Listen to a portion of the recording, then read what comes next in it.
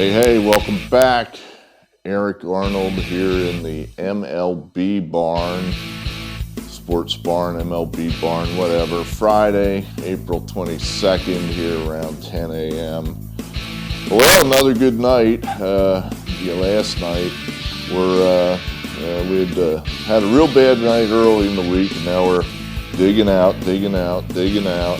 So trying to get back where we need to be. 2 winners, 1 loser. Some late night lightning there in Seattle carrying us through. We won the afternoon game in Oakland.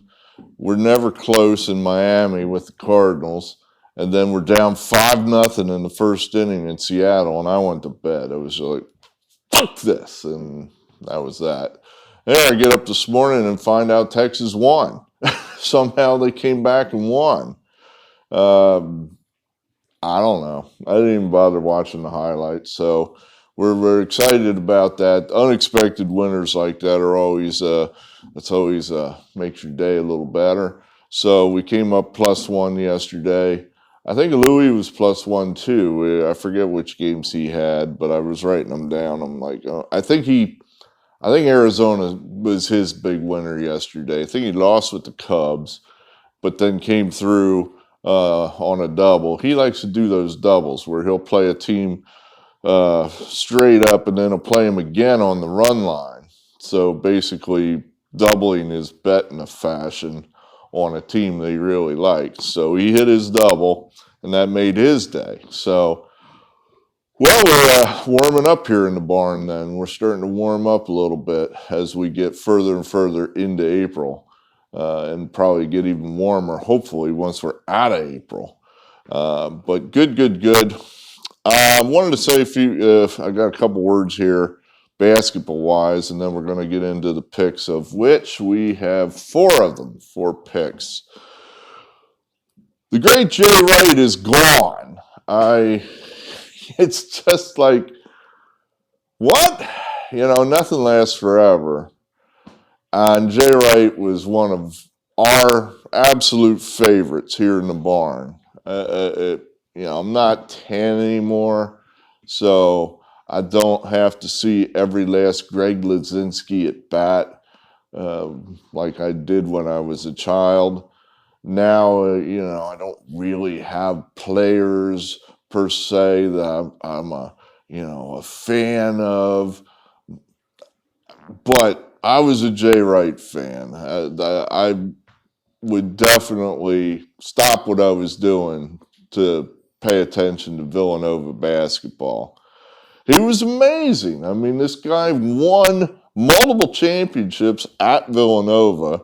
That's just, I would argue that's one of those feats that is unrivaled. Look at Mark Few out at Gonzaga, and he's had all these opportunities to win a title, and he can't get it done at a tiny school like Gonzaga. Well, guess what? Villanova is about the same size as Gonzaga, and Jay Wright won multiple titles with Villanova, whereas Gonzaga can't get over the mountaintop. So, I don't know. I thought he was the best coach in college basketball. He didn't do it as long as, say, Krzyzewski did, or perhaps a Bobby Knight, even though Knight had all his success early in his career. But when Wright was at his peak, I don't think he was rivaled by anyone. I think he was certainly the best coach in Philadelphia. The best coach in Philadelphia for the past 10 years. And I would argue the best college basketball coach going in the country right now. And he's gone. Just stepped down. Didn't want to do it anymore, I guess. So, when it's over, it's over. And it's a sad day for us here in the barn because, I don't know I'll feel the same way about Villanova basketball now. If they win, it'll be kind of like, but it's not Jay Wright anymore. And honestly, I don't expect them to win. That's one of those things there where I just think that's Steve Jobs is leaving Apple. And look what happened to Apple. The company almost went bankrupt, and then he had to step back in and save their asses. So that's kind of how I feel that this is going to go, that some 37-year-old ex-video coach of Jay Wright's is now taking over. And I just kind of think this is not going to go well. That's kind of what I'm thinking. It's like, oh no, Villanova's just going to be another team now. So sad to see Jay Wright go, but hey, he earned it. He earned the right to do what he wants. He certainly has given us Villanova fans more good things than we could ever have hoped for. So from us in the barn to you, Jay Wright, salute. Other Philadelphia or basketball news, the Sixers, they look like they are intending to advance 3-0. I don't even think the Sixers could screw that up. So looking like they're going to be booking a date with Jimmy Butler and the Miami Heat.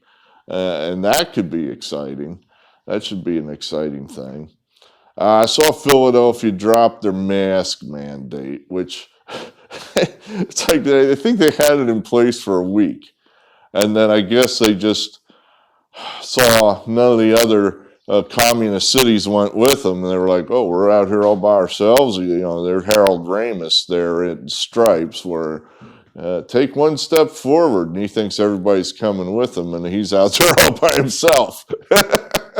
So they're like, oh, well, so I saw this poll, and I've told you, I've got to make a political point here, then we'll get to the picks. You saw that the singular judge, 86th the airplane mandates, thank God. Well, of course, then Joe Biden's administration can't stand that, so they're going to appeal the ruling and probably win, because I figure they'll find an appellate court that will just, you're asking an appellate court to find a limit for government power. That's going to be tough, because government lawyers think there is no limit to governmental power. So I expect the mandate to be put back into place sometime this summer. At any rate, their poll come out from the Associated Press, basically saying that the majority of Americans want the mask mandate to continue on public transport, airplanes, what have you. And right as soon as I saw that poll, I said, well, that's a lie. I mean, that's just simply whatever you want to call it, fake news, disinformation, a lie. Well, how can you possibly say that? Have you done your own poll? Why, yes. Actually, I have. Yes, I have. I mean, by looking at the internals of that Associated Press poll, like I said, over half of Americans want the mask mandates to continue. So, okay. Monday night down at the Wells Fargo Center, the Sixers played the Toronto Raptors. First day of the Philadelphia indoor mask mandates. Everybody had to have a mask on to get into that stadium. Did you watch the game? Did you see any of that game? Go pull up some of the footage on YouTube and look at the crowd shots. You tell me how many of those people in the stands had masks on. The answer is damn near none of them. Nobody had a mask on. So you're telling, and I guarantee you half of that crowd were Democrats. So, an NBA game in Philadelphia, yeah, half of those crowd, at least half of that crowd were Democrats. And they're the ones that supposedly love the masks.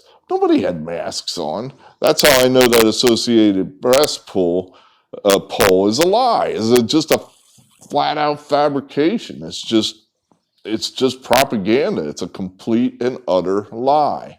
Go to an airport. Do you see half the people wearing masks? Of course you don't. You don't. They're not wearing them, but they could. If everybody wanted these masks to be worn, they'd be wearing them in the airports, but they're not. My conclusion is, hey, guess what? Half of Americans don't want the mask mandates to continue. The number's more like probably 20%. So just more disinformation from the authoritarians. So I had to throw that out there. I just had to. So, all right, MLB picks. Let's have it. Well, early this afternoon, we're going to go with the Cubs up against the Pirates. The Cubs lost again last night in a narrow 4-3 loss to the Pirates. But now we're coming back, quick turnaround, day game. This is something the Cubs do pretty frequently throughout the year, is that they'll play these, 120 games after a night game.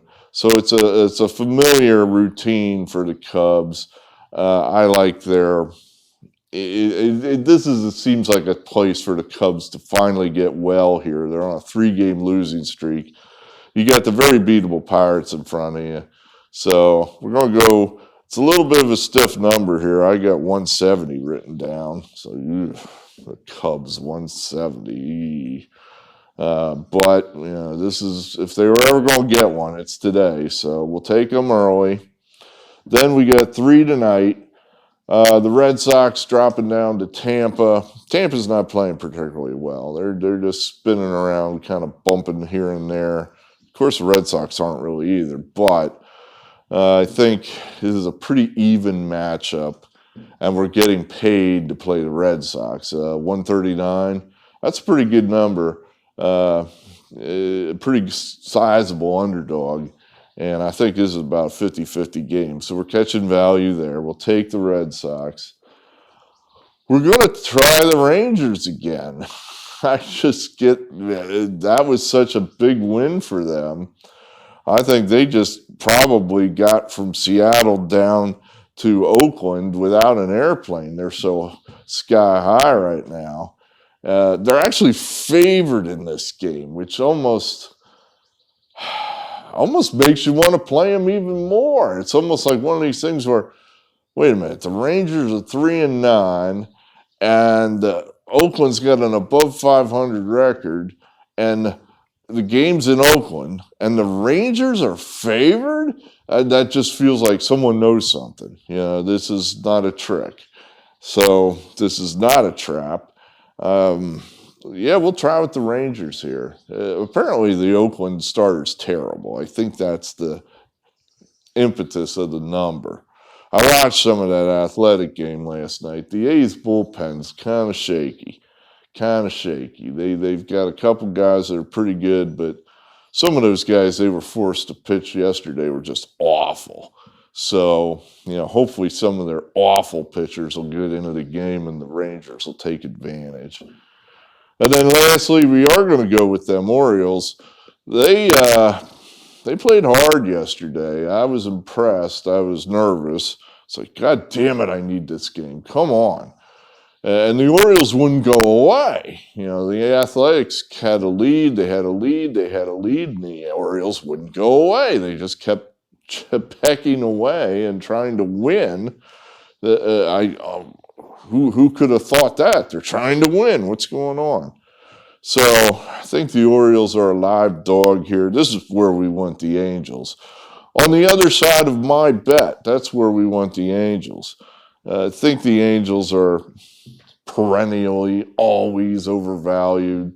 So we're catching a nice number here as an underdog.